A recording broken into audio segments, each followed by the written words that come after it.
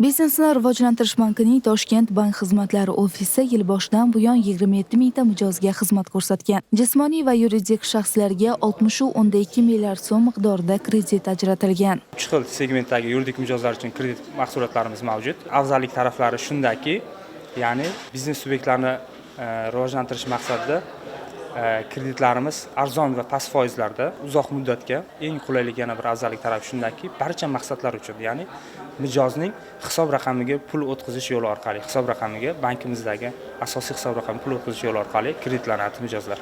Kreditlarga ortiqcha hujjatlarsiz, qisqa muddatlarda, tez fursatlarda ajratiladi. Yil boshidan buyon jismoniy shaxslarga 500 dan ortiq plastik kartalari ochilgan. Toshkent bank xizmatlar ofisida jismoniy shaxslarga hisob raqam ochish, omonatlar, kredit, xalqaro pul o'tkazmalari, kommunal xizmatlar va bank kartalari ochish yo'nalishlarida xizmat ko'rsatamiz. Masalan, birgina bank kartalari misolida oladigan bo'lsak, bank kartalari ochish uchun bir kun vaqt ketgan bo'lsa, hozirgi kunda 3 daqiqada karta ochib beryapmiz. Bularning hammasi mijozlarimizga qulaylik yaratish maqsadida tashkil etilgan. Xo'sh, mijozlar bank xizmatlaridan mamnunmi? Bankda men 30 yildan ortiq mijozman. Bino hammasi ta'mirlangan, chiroyli, klientlarga sharoitlar yaratilgan, hamma zamonaviy uskunalar qo'yilgan.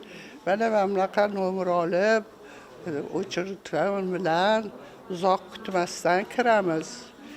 Bankning qulayligi meni o'yimga yaqin. Hamma narsa tezkor, operativna, kreditlar ham, xizmat ko'rsatish ham, klientlar bilan ishlash ham, mamlakat xodimlarning chiroyli savol-javoblari, navbat kutmaslik, bu albatta qulaylik.